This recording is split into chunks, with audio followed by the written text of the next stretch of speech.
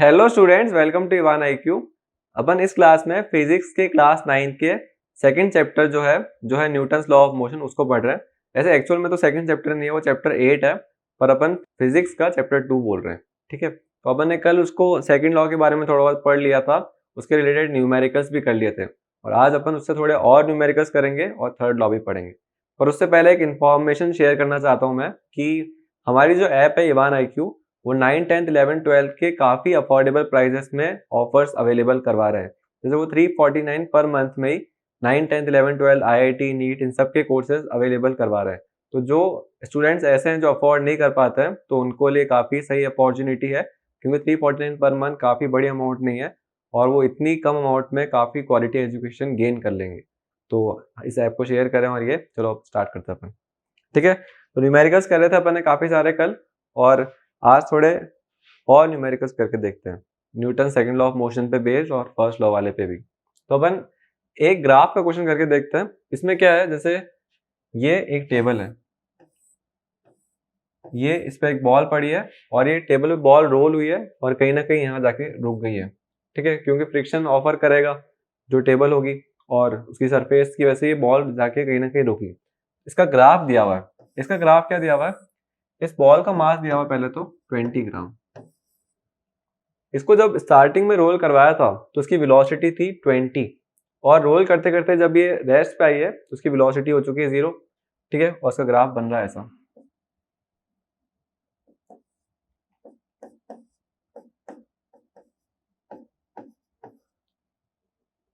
यहाँ पे दे दी है इसकी वेलोसिटी और यहाँ पे दे दिया है टाइम।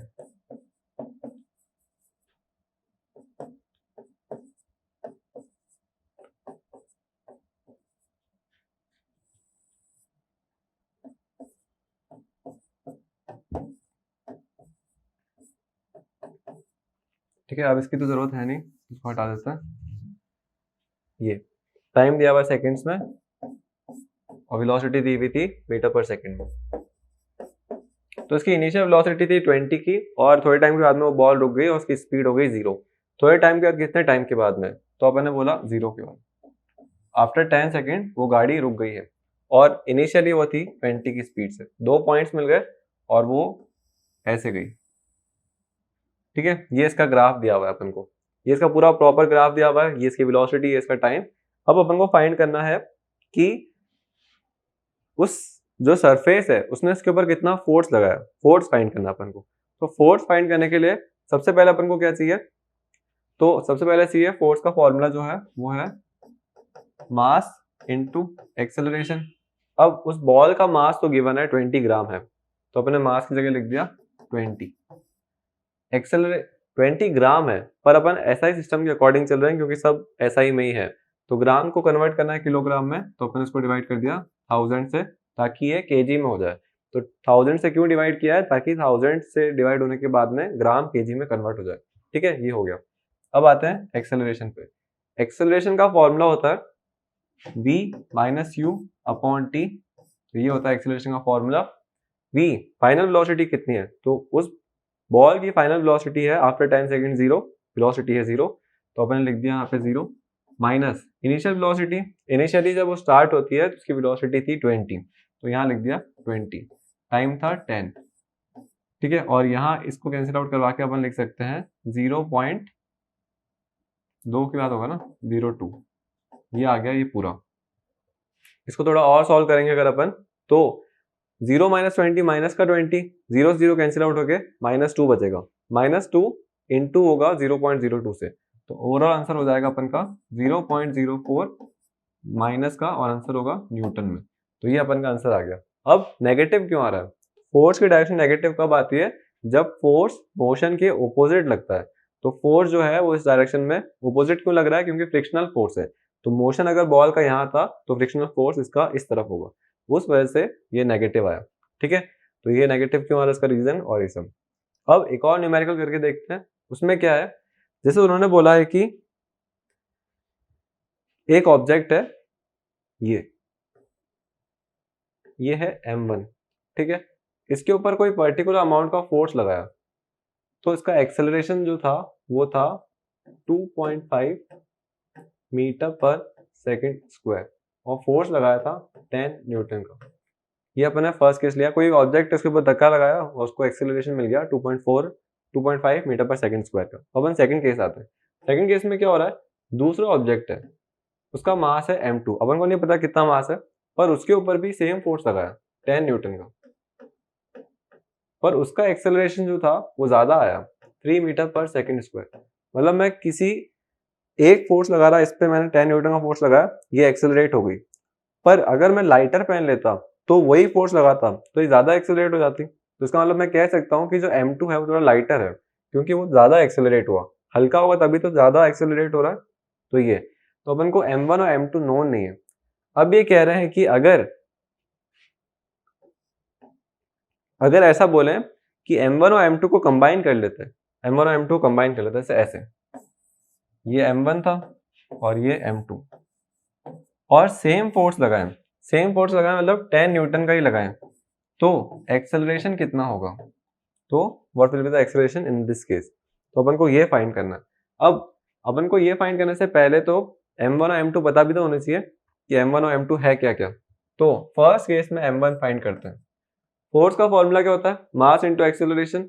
तो अगर फोर्स का फॉर्मूला मास इंटू एक्सेलरेशन, अगर अपन को m फाइंड करना है तो m की जगह अपन बोल सकते हैं f अपॉन a वहां से डिवाइड में आ गया।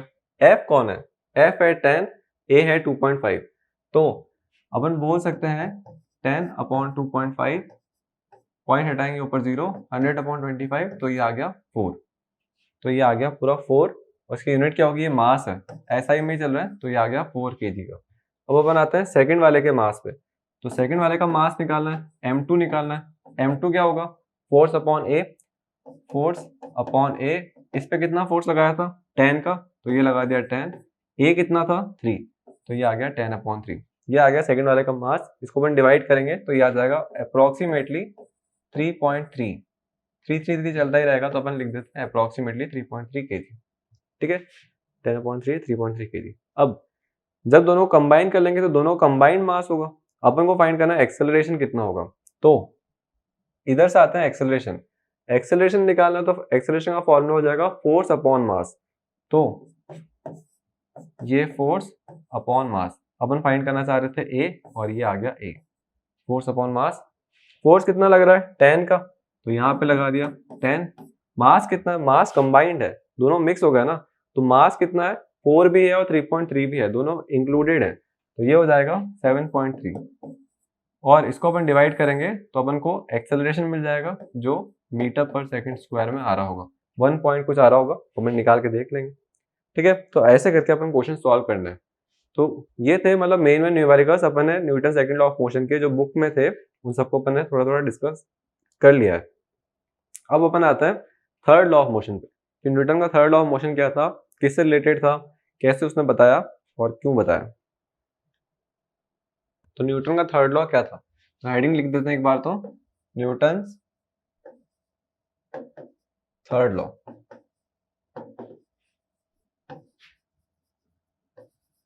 Of motion.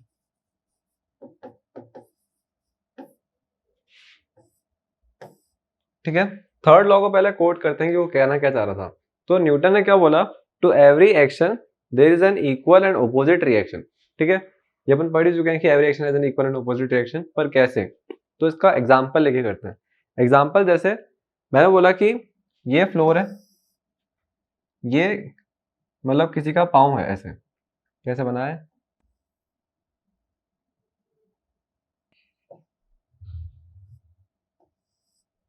ठीक है, ठीक है, ये कोई पूरा मैन है और ये ऐसे कर रहा है। अब ये क्या कर रहा है, ये भाग रहा है, भाग रहा अगर है तो ये क्या कर रहा होगा, इस सरफेस पे एक फोर्स लगाएगा, इसको प्रेस करेगा। ठीक है, इसको प्रेस करेगा, अगर ये फोर्स लगाएगा तो सरफेस भी तो इस पे ऊपर एक फोर्स लगाएगी, तो सरफेस ने भी इसके ऊपर एक फोर्स लगाया आगे की तरफ, क्योंकि इसका एक्शन यहाँ था तो रिएक्शन होगा ऑपोजिट और वो लगा आगे, और उसको जर्क मिला और ये आगे की तरफ गया।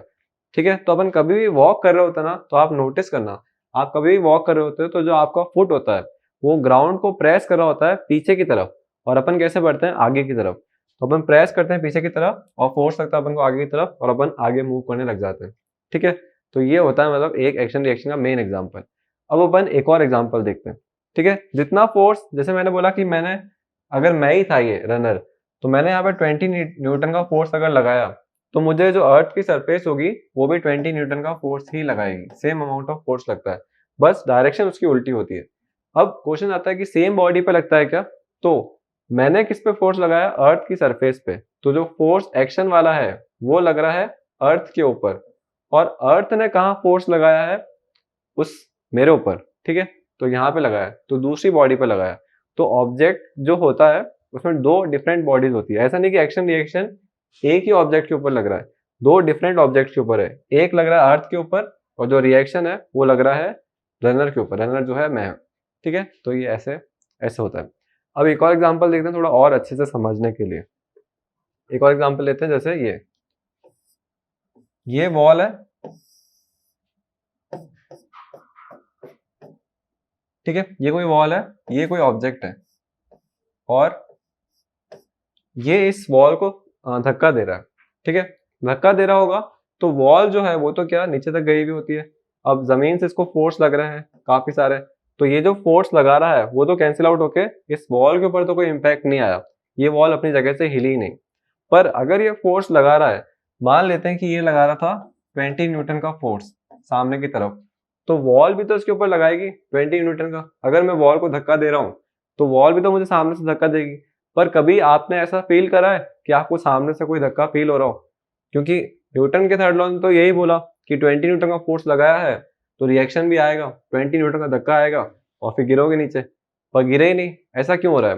मतलब इसका रीजन एक्शन रिएक्शन का समझ नहीं आया ना। तो अब यहाँ पे ढंग से देखना, अपन जब भी उसको वॉल को प्रेस कर रहे होते हैं ना, तो अपन का जो फुट होता है वो अपन इधर प्रेस करते हैं जमीन के ऊपर, ताकि उधर से प्रेशर मिलके अपन यहाँ पे फोर्स क्रिएट कर पाए, और वहां पे अपन प्रेस करते हैं ताकि वहां से रिएक्शन फोर्स मिले। तो जो भी इसका फोर्स आ रहा है ना 20 न्यूटन का, जो वॉल का अपन की तरफ, वो अपन कैंसिल आउट कैसे करवा रहे हैं? अपन अर्थ की सरफेस को प्रेस करके कर रहे हैं। तो अर्थ को प्रेस करते हैं अपन, अर्थ अपन को सामने से वापस प्रेस करती है, तो ये जो 20 न्यूटन आ रहा होता है ये 20 न्यूटन कैंसिल आउट हो जाता है। तो कभी भी आप ऐसा करोगे, जैसे अपन ऐसा बोल रहे हैं कि मैं वॉल को प्रेस कर रहा हूँ और वॉल मेरे को सामने से प्रेस नहीं कर पा रही, उसका रीजन क्या है? क्योंकि मैं अपने फुट से एक फोर्स क्रिएट कर रहा हूँ अर्थ के ऊपर, और अर्थ का रिएक्शन फोर्स उस वॉल वाले फोर्स को कैंसिल आउट कर देता है, ठीक है। तो अब एकदम एक्चुअल मेरे को देखना ऑब्जर्वेशन, तो कैसे देख सकते हैं? तो मैं अगर इसको प्रेस नहीं करूं, मतलब मैं फ्रिक्शन का यूज नहीं करूं, तो मैं कर सकता हूं। तो आप क्या करना, आप रोलर स्केट्स लेना, ठीक है, उसको यहाँ रखना और वॉल को प्रेस करना। अब देखना कि कुछ हुआ क्या, तो जरूर होगा। जैसे अपन प्रेस करेंगे अपन पीछे चले जाएंगे। तो ये होता है कि फ्रिक्शन की वजह से, अपन फ्रिक्शन का एक फोर्स ही है जो अपन यूज करते हैं कैंसिल आउट करवाने के लिए। रोलर स्केट्स में अपन को क्लियरली दिख जाएगा कि हाँ फोर्स आता है सामने से। तो ये था थर्ड लॉ, न्यूटन का थर्ड लॉ कि every action has an equal and opposite reaction. अगर अपन 20 न्यूटन का फोर्स लगा रहा है तो सामने वाला ऑब्जेक्ट भी अपन के ऊपर 20 न्यूटन का फोर्स लगाएगा, और वो भी ऑपोजिट डायरेक्शन में, ठीक है। तो अब अपन थोड़े और एग्जांपल देखते हैं। अपन ने फर्स्ट एग्जांपल देखा था वॉकिंग वाला, रनिंग वाला, रन करेंगे तो अपन को फोर्स क्रिएट करता है। सेकंड देखा वॉल के ऊपर पुश करने का। थर्ड देखते हैं बोट वाला, ठीक है। बोट में क्या है, बोट में क्या नया है? तो ये है समुंदर, ओशियन, ठीक है, ओशियन। तो ये आ गया ओशियन, और यहाँ पे है एक बोट, बोट ये, और बोट की ये सरफेस है, यहाँ पे अपन खड़े हो सकते हैं। यहाँ पे है शोर, शोर मतलब उसका किनारा है, मतलब ये, अब ये है एक आदमी। अब इसको यहाँ पे जाना है, अपने डेस्टिनेशन आ गया, अभी बोट तक आ गया, अब इसको यहाँ जाना है। तो ये क्या करेगा, इसको यहाँ जाना है, तो ये बोट को इधर प्रेस करेगा इस डायरेक्शन में, ठीक है। इसको इधर प्रेस करेगा तो क्या होगा, बोट को इसने प्रेस करा, एक्शन करा इसने, तो रिएक्शन भी तो मिलेगा। इस पे एक फोर्स लगेगा ऑपोजिट डायरेक्शन में, इसने यहाँ प्रेस करा तो उसके ऊपर यहाँ पे फोर्स लगेगा। तो बोट पे इसने 20 न्यूटन का लगाया, तो बोट ने भी इस पे 20 न्यूटन का लगाया आगे की तरफ, तो अपन को आगे की तरफ एक फोर्स मिला, और उसकी वजह से जंप करके यहाँ आ जाएगा, ठीक है। ये यहाँ पहुंच गया 20 न्यूटन का फोर्स लगा के। तो ये बोट पे उसने फोर्स लगाया था, तो बोट कहाँ जाएगी, इस डायरेक्शन में। तो अपन देखेंगे कि ये तो यहाँ आ गया और बोट थोड़ी सी पीछे की तरफ शिफ्ट हो गई। तो ये थर्ड लॉ ही है कि उसने एक्शन करा, रिएक्शन मिला उसको, और वो इजीली यहाँ पे आ गया, उसकी वजह से बोट वहां चली गई, ठीक है। तो अपन रियल लाइफ में काफी सारे एग्जांपल्स देखते हैं थर्ड लॉ के, उसको अपन बस नोटिस नहीं करते। तो ये अपन नोटिस कर लिया, अब आप हर चीज नोटिस करोगे। तो ये हो गया। अब अपन एक और देखते हैं। एलॉन मस्क का नाम सुना होगा ना आपने, काफी सारा वो स्पेस के ऊपर वर्क कर रहा है। वो पूरा जो वर्क कर रहा है वो मेनली रॉकेट्स और इन सब पे कर रहा है। रॉकेट साइंस भी इसी पे बेस्ड है। तो उसमें क्या होता है, जैसे एक रॉकेट है, ये रॉकेट है, बहुत ही गंदा रॉकेट बना। तो ये रॉकेट, ये इसका एग्जॉस्ट है, ये सरफेस है अर्थ की। ठीक है, रॉकेट क्या करता है, अर्थ के ऊपर एक फोर्स लगाता है और रॉकेट के ऊपर रिएक्शन मिलता है, अपर की तरफ थ्रस्ट मिलता है उसको, और उसकी वजह से वो ऊपर की तरफ ट्रेवल करने लगता है। तो रॉकेट भी इसी पे बेस्ड है, एक्शन करता है, रिएक्शन मिलता है। बाद में उसका और भी कुछ होता है कि वो मास कंटिन्यूसली लूज करता रहता है, law of conservation of momentum ऐसा फॉलो होते हैं बाद में। पर अभी स्टार्टिंग में जो उसको स्टार्टिंग थ्रस्ट मिलता है वो होता है न्यूटन थर्ड लॉ के हिसाब से, एक्शन करता है उसका रिएक्शन मिलता है। तो ये भी इसी पे बेस्ड है। तो अपन ने काफी सारे एग्जाम्पल्स देखे Newton third law of motion के ऊपर। अब थोड़ा आगे जाते हैं और इसका मैथमेटिकल फॉर्मुलेशन देखते हैं कि न्यूटन थर्ड लॉ अपन ने बोल तो दिया कि हाँ एक्शन रिएक्शन होता है और ये सब, तो मैथमेटिकली कैसे रिप्रेजेंट कर रहे होंगे।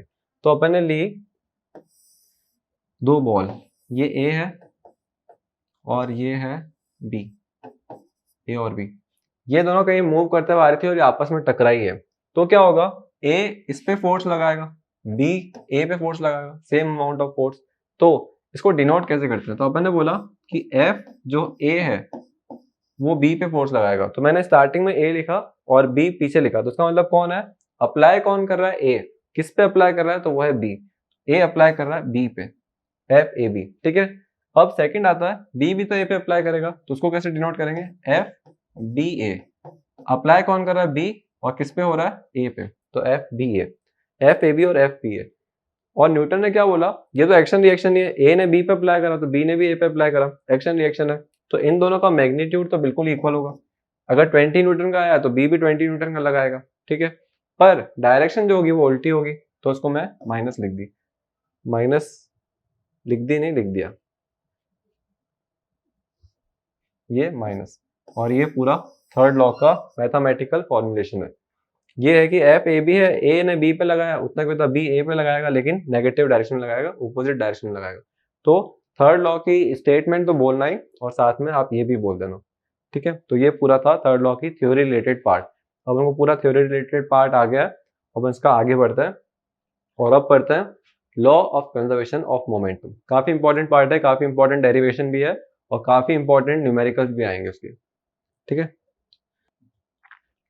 ठीक है, तो अपन ने पूरा पढ़ लिया कि थर्ड लॉ क्या होता है। अब अपन पढ़ते हैं law of conservation of momentum. तो हेडिंग पुट कर लेते हैं, law of conservation of momentum, ये ले लिया heading, law of conservation of momentum.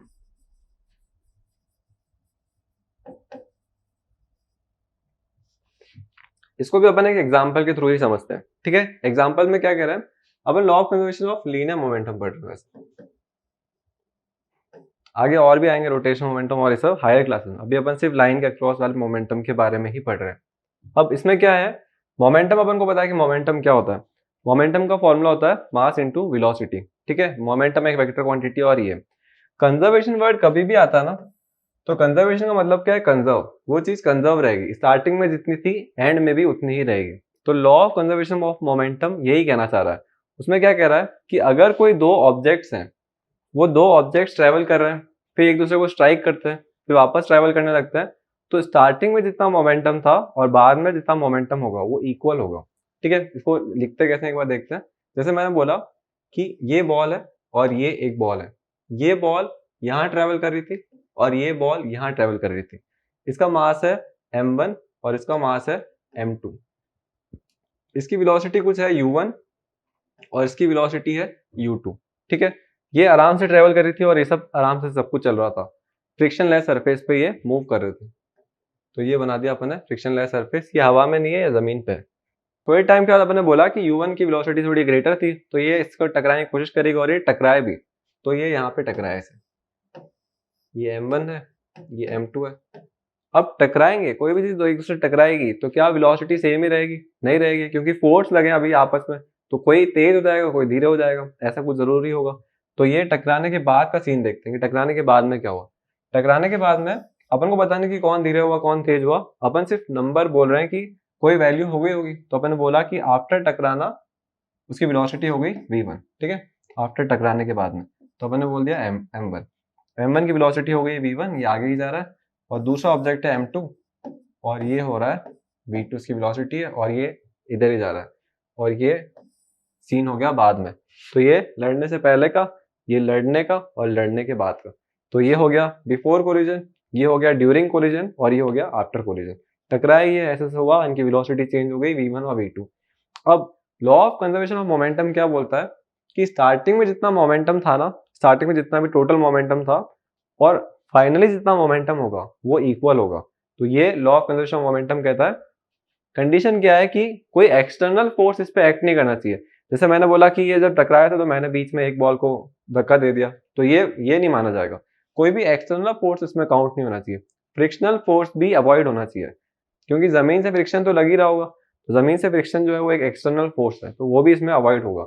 तो कोई भी एक्सटर्नल फोर्स अगर नहीं लग रहा है दो बॉडीज के ऊपर, तो दो बॉडीज का कोलिजन के पहले का मोमेंटम और कोलिजन के बाद का मोमेंटम बिल्कुल सेम रहेगा। ठीक है, ये कहना चाहता था law of conservation of momentum, linear momentum. तो अब अपन निकालते हैं टोटल मोमेंटम बिफोर कोलिजन। इस बॉल का मोमेंटम कितना होगा, मास इंटू वेलोसिटी, तो ये ले लिया m1 u1। इस बॉल का मोमेंटम m2 u2, ये आ गया टोटल मोमेंटम, ऐड कर लिया, ठीक है। फाइनली इसका मोमेंटम होगा m1 v1 और इसका होगा m2 v2, ये हो गया टोटल मोमेंटम। और law of conservation of momentum क्या कहता है कि ये जो मोमेंटम होगा ये इसके इक्वल होगा। तो इसको अपन कैसे लिख सकते हैं, ऐसे लिख सकते हैं कि m1 u1 plus m2 u2 जो होगा वो होगा m2 v2 plus m1 v2 के इक्वल। ये अपन ने बना दिया law of conservation of linear momentum. तो ये था law of conservation of linear momentum, ठीक है। Law of conservation of linear momentum आ गया m1 u1। और इसको स्टेटमेंट वाइज भी लिख देते हैं, क्या कहना चाह रहा है कि टोटल मोमेंटम, टोटल मतलब सारा मोमेंटम, तो ये था टोटल मोमेंटम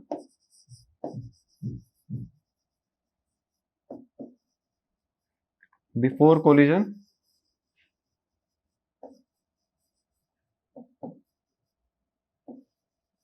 और ये था टोटल मोमेंटम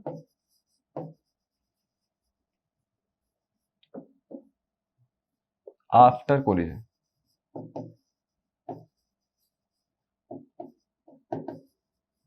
ये आ गया पूरा खत्म, ठीक है। टोटल मोमेंटम बिफोर कोलिजन जो होगा वो टोटल मोमेंटम आफ्टर कोलिजन के जस्ट इक्वल होगा। और ये कहता है law of conservation of linear momentum कि मोमेंटम जो है वो कंजर्व रहेगा, जितना स्टार्टिंग में था जितना एंड में है वो उतना ही रहेगा। भाई ऐसे थोड़ी अपने आप रिड्यूस हो जाएगा या अपने आप डिस्ट्रॉय हो जाएगा, तो वो उतना ही रहेगा, ठीक है। अब अपन आता है इसका कुछ न्यूमेरिकल करें, या फिर एक और ऑप्शन है कि अपन ने बोल तो दिया कि ये इक्वल होता है, इसका प्रूफ क्या है, तो इसका प्रूफ देखें या न्यूमेरिकल करें। तो पहले कोई चीज को, जैसे अपन ऐसा कहते हैं ना कि मेरे को ये चीज को एग्जिबिट करना है, इसको मेरे को करके देखना है, तो वो चीज आनी भी तो चाहिए। तो अपन न्यूमेरिकल करेंगे, इसका मतलब एग्जिबिट कर रहे हैं, पर अपन को आता ही नहीं है, प्रूफ क्या है, तो प्रूफ देखते हैं पहले कि इसका प्रूफ क्या है। तो अपन law of conservation of linear momentum को प्रूव कर सकते हैं using Newton's third law of motion. तो अपन उसका प्रूफ देखते हैं using Newton's third law of motion, ठीक है। तो हेडिंग पुट करते हैं, क्या प्रूव करें कि proving law of conservation of linear momentum using Newton's third law of motion. ये हेडिंग आप पुट करेंगे, तो मैं तो प्रूफ बता रहा हूँ ना, ठीक है। तो अपन प्रूफ करते हैं। अब क्या है, कैसे उसने प्रूफ करा ये देखते हैं। तो अपन वही एग्जांपल ले रहे हैं, before collision, after collision, during collision. तो ये ले लिया बिफोर कोलिजन, m1 और m2, इसकी वेलोसिटी है u1 और इसकी वेलोसिटी है u2। ये टकरा गए यहाँ पे,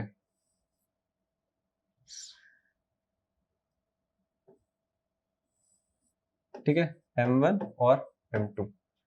और टकराने के बाद का सीन है ये, अब ये बात नहीं कर रहा है। m1 ये है v1 और ये है v2, विट्रू, ठीक है। अब अपन यहाँ पे आते हैं वापस से। अब 1 और 2, यहाँ पे जब कोलिजन हुआ तो फोर्स लगेंगे आपस में एक दूसरे पे, तो क्या हुआ, 1 ने 2 पे लगाया, अगर 1 ने 2 पे लगाया तो एक्शन हुआ, तो रिएक्शन भी तो होगा, 2 भी 1 पे लगाएगा, तो अपन बोलेंगे कि force applied by 1 on 2 is denoted by F12। तो 2 भी तो 1 पे लगाएगा, तो force applied by 2 on 1 is denoted by F21। ठीक है, ये फोर्स अप्लाई हुए। और न्यूटन के थर्ड लॉ के अकॉर्डिंग अपन ऐसा बोल सकते हैं कि F12 जो होगा वो F21 के जस्ट इक्वल होगा, बस डायरेक्शन में उल्टे होंगे, तो डायरेक्शन में उल्टे होने के लिए अपन लगा दिया माइनस। ये था न्यूटन का थर्ड लॉ। लेकिन न्यूटन का थर्ड लॉ में फोर्स के फॉर्मूला आ गए, ये सब तो ठीक है, क्या आपको फोर्स का फॉर्मूला अभी तक याद है? तो फोर्स का फॉर्मूला तो चांसेस कम ही होंगे आपको याद होने के। फोर्स के किसी किसी को याद है, मास इंटू एक्सेलरेशन, मास इंटू एक्सेलरेशन है, ठीक है, तो अपन वो लिख देते हैं। एक और फॉर्मूला भी था, ठीक है, एक और फॉर्मूला था mv minus mu upon T. पुराने सेक्शन में आप देखोगे जाके तो फोर्स का एक फॉर्मूला है, एक बार मैं इसको थोड़ा यहाँ पे लिख देता हूँ। कहाँ पे लिखे हैं? यहाँ पे, ठीक है, थोड़ा सा साइड में लिख देते हैं। फोर्स का फॉर्मूला था mv minus mu upon T, ठीक है, और एक और फॉर्मूला था F equals to mass into acceleration, ठीक है, वो आप फॉर्मूला एक बार देख लो, मास इंटू एक्सेलरेशन, और एक और फॉर्मूला था वो वाला, तो अपन यूज करेंगे फर्स्ट वाला फॉर्मूला, ठीक है। तो फोर्स की जगह पे मैं उस फॉर्मूले को वैल्यू पुट कर सकता हूँ। अब यहाँ पे जो फोर्स है वो कौन लगा रहा है? 1 लगा रहा है 2 के ऊपर, तो कौन फोर्स, मतलब जो ऑब्जेक्ट है वो कौन है? तो फर्स्ट वाला ऑब्जेक्ट है, तो मास किसका आएगा? फर्स्ट वाला ऑब्जेक्ट का। ये वैल्यू पुट करते हैं, तो मास अपन लेंगे फर्स्ट वाले का, तो अपन लेंगे m1। फिर वेलोसिटी, वेलोसिटी फर्स्ट वाला ऑब्जेक्ट की, फर्स्ट वाला ऑब्जेक्ट ये है, इसकी फाइनल वेलोसिटी हो गई है v1, तो अपन लिख देंगे v1 माइनस मास तो अभी भी फर्स्ट वाला ऑब्जेक्ट का ही है, initial velocity of first object कितनी है? u1, तो ये अपन लिख दिया u1 अपॉन में टाइम t, जितना टाइम लगा ये सब होने में तो उसका वो टाइम t। अब F21 माइनस का साइन लगा दिया, माइनस का साइन पहले लगा दिया, ठीक है। फोर्स 2 ने जो 1 पे लगाया, तो ऑब्जेक्ट किसकी बात हो रही है? 2 की, तो मास किसका लेंगे? 2 का, तो अपन ने लिया m2। Final velocity of m2 is v2, तो अपन लिख दिया यहाँ पे v2 माइनस का साइन, यहाँ माइनस साइन बाहर है ना, ये माइनस साइन बाहर है, माइनस साइन कभी भी आया तो समझ आना डेंजर है, तो अपने ब्रैकेट ला के लिखे अंदर की वैल्यू, तो ये माइनस साइन बाहर ही पड़ा है, अपन ब्रैकेट ला के लिख रहे हैं। फिर minus mass of first object ही आएगा, m2 ही लिखेंगे। फिर u मतलब इनिशियल वेलोसिटी ऑफ सेकंड, तो सेकंड की इनिशियल वेलोसिटी है u2, तो ये लिख दिया अपने u2 और अपॉन में लिख दिया टाइम t। अब ये सब पूरा आ गया अपन को, डिनोमिनेटर में टाइम है, डिनोमिनेटर में टाइम है, ये टाइम तो दोनों का सेम ही होगा ना, जितने टाइम के लिए फोर्स 1 ने 2 पे लगाया उतने टाइम के लिए 2 ने 1 पे लगाया, तो ये टाइम तो है सेम, तो ये हो गया कैंसिल आउट। और ये जो माइनस साइन है पूरे ब्रैकेट पे जाएगा, तो उसको अपन ऐसा लिख सकते हैं, माइनस का m2 माइनस का m2 v2 माइनस माइनस ये हो जाएंगे प्लस, तो ये हो जाएगा m2 u2, ठीक है, ये तो हट गया ना, इनको हटा दो अब, तो मैं यहीं पे कर लेता हूं, ठीक है। वो टाइम तो हो गया कैंसिल आउट, अब मैंने टाइम को हटा दिया, और अब क्या हो रहा है? ये नेगेटिव साइन दोनों पे जा रहा है, तो ये हो चुका है माइनस का m2 v2 minus minus plus, तो ये हो गया m2 u2, यहाँ पे हो गया m1 v1, यहाँ हो गया m1 u1। अब अपन क्या करते हैं, u वाले जो ऑब्जेक्ट है ना उनको एक जगह ले आते हैं, ये u है और ये भी u है, तो इसको अपन आसपास ले आते हैं, तो ये माइनस का m1 u1 है तो वहां जाएगा तो प्लस में, तो ये हो गया m1 u1 प्लस में, m2 u2 वहां पे पड़ा ही है, तो ये हो गया m2 u2, ठीक ठीक ठीक है, अभी ये इसको भी तो ले जाना है, यहाँ पड़ा m1 v1, तो ये हो गया m1 v1, ये यहाँ आएगा तो ये हो जाएगा m2 v2, तो ये पूरा हो गया कन्वर्ट। अब इसको अगर अपन ढंग से देखें, फर्स्ट ऑब्जेक्ट का फाइनल मोमेंटम है ये m1 v1, ठीक है, फर्स्ट ऑब्जेक्ट ये रहा, फाइनल वेलोसिटी इसकी ये, फाइनल मोमेंटम हो गया m1 v1, यही है। m2 v2 सेकंड ऑब्जेक्ट का फाइनल मोमेंटम, ठीक है, ये क्या है m1 u1, तो ये है फर्स्ट ऑब्जेक्ट का इनिशियल मोमेंटम, और ये है सेकंड ऑब्जेक्ट का इनिशियल मोमेंटम, तो सेकंड ऑब्जेक्ट का इनिशियल मोमेंटम, फर्स्ट ऑब्जेक्ट का इनिशियल मोमेंटम और टोटल हो रहा है। यहाँ पे क्या हो रहा है? फाइनल मोमेंटम सेकंड ऑब्जेक्ट का, फाइनल मोमेंटम फर्स्ट ऑब्जेक्ट का, ये भी टोटल हो रहा है। ओवरऑल टोटल मोमेंटम है ये आफ्टर कोलिजन, और ये है टोटल मोमेंटम बिफोर कोलिजन। तो यही प्रूव करना चाह रहा था law of conservation of momentum और ये अपन ने प्रूव कर लिया using third law of motion. ठीक है, तो आप इसको एक बार देख लो कैसे किया है, और ये काफी इंपॉर्टेंट प्रूफ है। अपन को प्रूफ करने को बोलेंगे, क्या बोलेंगे क्वेश्चन में कि prove that law of conservation of linear momentum which says that initial momentum is equal to final momentum can be proved by using Newton third law. तो अपन को ये प्रूव करना पड़ेगा थर्ड लॉ के हिसाब से। तो ये अपन ने कर लिया। ठीक है, ठीक है, बस के कुछ क्वेश्चंस करेंगे, न्यूमेरिकल्स करेंगे, अच्छे क्वेश्चंस हैं, एक बार इसको नोट कर लो। ठीक है, तो आपने अब नोट कर ही लिया होगा कि law of conservation of linear momentum को अपन प्रूव कर सकते हैं न्यूटन थर्ड लॉ यूज करके, और ये प्रूफ था पूरा ये। अब अपन कुछ क्वेश्चंस देखते हैं, यहाँ पे कुछ डेली लाइफ के एग्जांपल्स देखते हैं, डेली लाइफ के तो नहीं, बुक वाले एग्जांपल देखते हैं जो law of conservation of linear momentum को फॉलो करता है। जैसे ये, जैसे मैंने बोला ये गन है, ठीक है, ये इसका ट्रिगर है, ये यूं, अब ये चलेगी। तो अब अपन स्टार्टिंग में देखते हैं, अभी मेरे हाथ में पड़ी है ये गन, ये हाथ में पड़ी है, उसकी वेलोसिटी कितनी है, 0। इसके अंदर जो बुलेट है, ये यहाँ पे पड़ी इसकी बुलेट, इसकी वेलोसिटी कितनी है, वो भी 0। तो अभी मेरे हाथ में पड़ी है, सब कुछ पड़ा है हाथ में ही है, सब कुछ रेस्ट पे है, तो टोटल मोमेंटम अभी कितना है, तो अभी टोटल मोमेंटम है 0, क्योंकि वेलोसिटी 0 है ना, सबकी वेलोसिटी 0 है, और मोमेंटम का फॉर्मूला ही होता है मास इंटू वेलोसिटी। तो कोई भी चीज 0 से इंटू होगी तो ओवरऑल 0 ही आएगा, मास इंटू 0 करोगे तो 0 आएगा। तो टोटल मोमेंटम अभी है 0। लेकिन जैसे ही इसको अपन फायर करते हैं तो क्या होता है, ये यहाँ पे आ जाती है, फिर ये आगे जाती रहती है, पर इसकी कुछ वेलोसिटी हो जाती है, वेलोसिटी। तो फायर करने से पहले, मतलब फायर होता है तो क्या होता है, अंदर एक स्ट्राइकिंग होती है, स्ट्राइकिंग मतलब कोलिजन हो रहा है, तो फोर्स अप्लाई हुआ है अंदर ही अंदर कहीं ना कहीं। तो स्ट्राइक होने से पहले टोटल मोमेंटम था 0, और स्ट्राइक होने के बाद में ये मोमेंटम आ गया है कुछ इसके अंदर, इस बुलेट के अंदर ये ट्रेवल कर रही है, मान लेते हैं कि इसकी वेलोसिटी हो गई है 150 मीटर पर सेकंड। ठीक है, तो इसकी कुछ वेलोसिटी आ गई। तो law of conservation of linear momentum क्या कहता है कि स्टार्टिंग में जितना मोमेंटम था बाद में भी उतना ही रहना चाहिए। तो स्टार्टिंग में मोमेंटम था 0 और बाद में मोमेंटम आ रहा है कुछ ना कुछ, ये तो गलत बात हो गई कि 150 मोमेंटम इतना ज्यादा गेन कैसे कर लिया, और स्टार्टिंग में तो 0 था। तो law of conservation of linear momentum को नेचर तो फॉलो कराएगा, तो वो क्या करेगा, 150 को 0 करना है ना, 0 होना चाहिए, बाद में भी 0 होना चाहिए, तो ये उसको 0 करने के लिए कुछ नेगेटिव ऐड करवा देगा। नेगेटिव ऐड कराने के लिए क्या करेंगे, ये गन रिकॉइल हो जाएगी, रिकॉइल हो जाएगी मतलब ये गन पीछे की तरफ हो जाएगी। तो अपन कभी भी ये गन को फायर करते हैं तो जैसी बुलेट आगे जाती है तो गन पीछे की तरफ जाती है। रीजन क्या है कि बुलेट का मोमेंटम पॉजिटिव है, गन का मोमेंटम नेगेटिव हो जाता है, और पॉजिटिव नेगेटिव मिलके टोटल 0 हो जाएगा। तो जितना पॉजिटिव गेन करेगी बुलेट उतना ही जो बुलेट जितना पॉजिटिव मोमेंटम गेन करेगी, गन उतना ही नेगेटिव मोमेंटम गेन करके overall net momentum after collision 0 हो जाएगा। तो आफ्टर फायरिंग बोलो या आफ्टर कोलिजन बोलो 0 हो जाएगा, तो तभी वो गन रिकॉइल होती है। तो रिकॉइल के पीछे रीजन क्या है, तो रिकॉइल ऑफ जो गन है उसका रीजन है law of conservation of momentum, और आप थर्ड लॉ भी बोल सकते हो, क्योंकि law of conservation of momentum third law से ही निकला है कहीं ना कहीं। तो थर्ड लॉ कैसे हो सकता है, अपन ने इसको अंदर स्ट्राइक करा, यूं करा ना ऐसे, तो ये भी तो स्ट्राइक करेगी तो पीछे हो जाता हाथ, तो ये थर्ड लॉ भी बोल सकते हो, और न्यूटन लॉ ऑफ जो law of conservation of momentum है वो भी बोल सकते हो। तो ये था रिकॉइलिंग का रीजन। ठीक है, अब एक और चीज देखते हैं, रिकॉइलिंग बेस्ड क्वेश्चंस आएंगे तो कैसे करेंगे। तो रिकॉइलिंग बेस्ड क्वेश्चंस के लिए अपन law of conservation of linear momentum को अच्छे से पढ़ते हैं। पढ़ते क्या अपन को पता ही है, law of conservation of linear momentum क्या कहता है कि बिफोर कोलिजन से पहले का जो टोटल मोमेंटम है और कोलिजन के बाद का जो टोटल मोमेंटम है वो इक्वल होना चाहिए। तो कोलिजन से पहले का मोमेंटम कितना है, कोलिजन से पहले सब कुछ हाथ में ही पड़ा है, तो टोटल मोमेंटम कितना है 0। ठीक है, इक्वल्स टू होना चाहिए कोलिजन के बाद का टोटल मोमेंटम, कोलिजन के बाद का टोटल मोमेंटम निकालना है।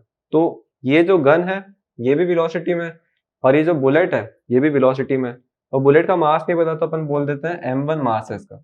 ठीक है, और बुलेट की वेलोसिटी मैंने 150 लिख दिया था, पर जनरल वे में क्या बोलेंगे तो अपन बोलेंगे v1, कि बुलेट की वेलोसिटी है v1। वैसे ही गन का मास अपन को नहीं पता कि गन का मास कितना है, तो गन का मास बोल देते हैं m2, और गन की वेलोसिटी भी नहीं पता तो गन की वेलोसिटी बोल देते हैं v2।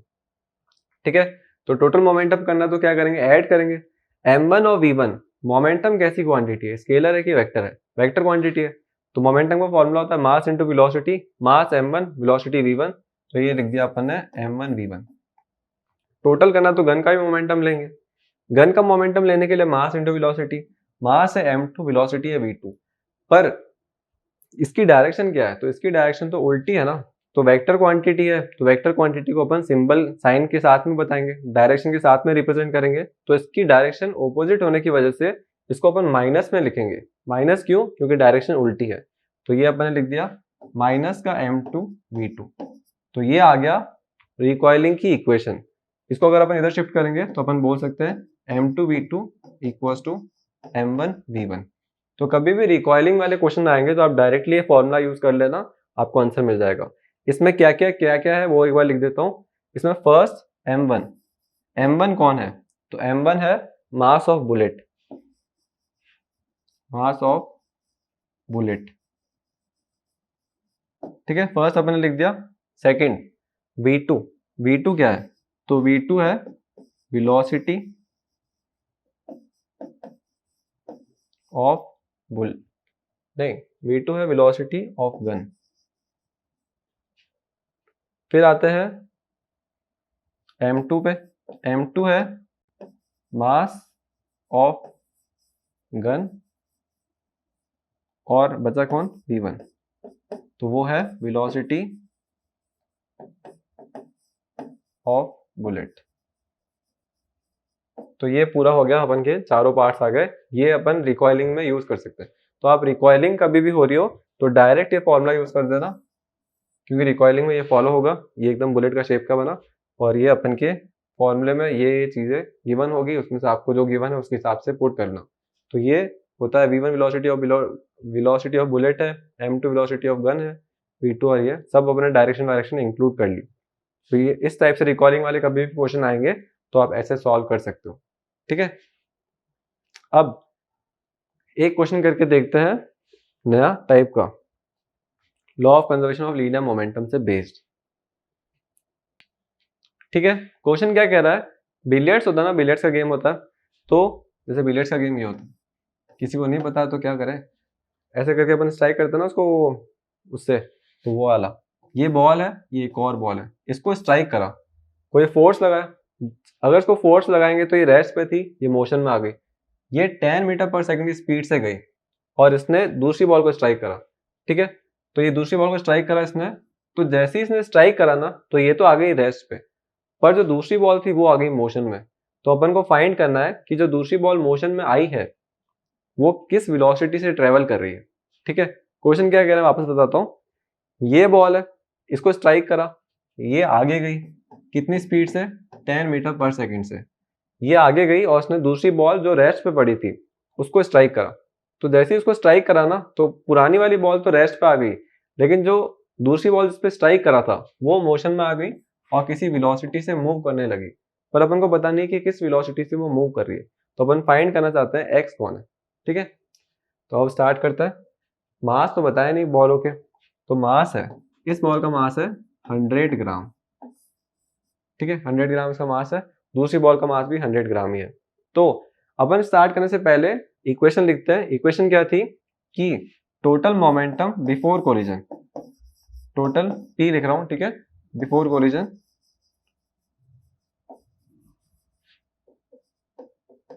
वो होगा टोटल मोमेंटम आफ्टर कोलिजन,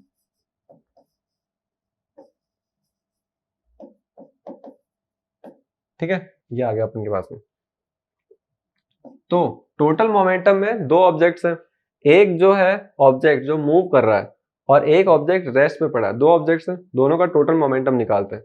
तो मूव करने वाले का मोमेंटम निकालने के लिए फॉर्मूला होता है मास इंटू वेलोसिटी। मास कितना है, 100 ग्राम, 100 ग्राम है, तो पहले तो इसको कन्वर्ट करो SI में, 2 जीरो से 2 जीरो कैंसिल आउट हो गए और आंसर आ गया 0.1 kg, 0.1 kg एक का मास। तो एक बॉल का मास 0.1, उसकी वेलोसिटी है 10, ठीक है, प्लस दूसरी बॉल का मास 0.1, पर वो तो रेस्ट पे पड़ी है तो वेलोसिटी हो गई 0। तो ये आ गया टोटल मोमेंटम कोलिजन होने से पहले का। अब आते हैं सेकंड पे दूसरी बॉल आ गई रेस्ट में और पहली बॉल करने लग गई मूव। तो पहली बॉल जिसका मास 0.1 है उसकी वेलोसिटी तो हो गई 0, ठीक है। सेकंड बॉल जिसका मास 0.1 ही है उसकी वेलोसिटी हो चुकी है, पता नहीं है कितनी है, तो अपन ने बोल दिया x है। ठीक है, अपन को x ही फाइंड करना है। अब ये पूरी क्वांटिटी तो 0 हो गई, ठीक है, और 0.1 इंटू 10 करेंगे तो यहाँ पे आ गया 1। राइट हैंड साइड में क्या हुआ, ये पूरी क्वांटिटी तो हो गई 0, ठीक है, और यहाँ पे आ गया 0.1 इक्वल्स टू में x, नहीं 0.1 इंटू x, 0.1 इंटू x, और अपन को क्या फाइंड करना है, x फाइंड करना है, तो 0.1 यहाँ से डिवाइड में जाएगा, तो x आ जाएगा 1 के डिवाइड में 0.1, पॉइंट हटाएंगे तो 10, तो ओवरऑल आंसर आ गया 10। ठीक है, x आ गया 10, तो इसका मतलब स्ट्राइक करने के बाद में वो भी 10 मीटर पर सेकंड की वेलोसिटी से ही ट्रेवल करेगी। पर एक्चुअल में ऐसा नहीं होता है, एक्चुअल में तो फ्रिक्शन होता है ना, एक्सटर्नल फोर्स होते हैं, एक्सटर्नल फोर्स होने की वजह से ये सब नहीं फॉलो हो रहा होता, थोड़ा बहुत चेंजेस हो रहा होता है। पर अगर अपन फ्रिक्शन लेस बिलियर्ड्स की सरफेस बोल रहे हैं तो ये सब फॉलो होगा। ठीक है, तो ये था एक numerical related to law of conservation of linear momentum. अब अपन कल क्या करेंगे, कल अपन सिर्फ न्यूमेरिकल्स ही करेंगे, पूरा चैप्टर हो गया है अपन का। ठीक है, तो third law, first law, second law सारे पढ़ लिए। अब कल अपन सिर्फ न्यूमेरिकल पे रिसर्च करेंगे, रिसर्च क्या क्वेश्चंस करेंगे और उससे रिलेटेड सब कुछ करेंगे। ठीक है, अब वही इन्फॉर्मेशन है कि आप शेयर करना है ऐप को, और ताकि ज़्यादा से ज़्यादा बच्चे इस चीज़ का एडवांटेज उठा पाए, और जो अफोर्ड नहीं कर पाते हैं IIT NIT जो IIT NET जो नीट की तैयारी होती है वो नहीं हो पाती है किसी किसी के काफ़ी मतलब जो होते हैं, तो उनको हेल्प हो जाएगी। ठीक है, तब तक के लिए थैंक यू, और कल थोड़ा पढ़ के आना पुराना जो भी पढ़ा हुआ है।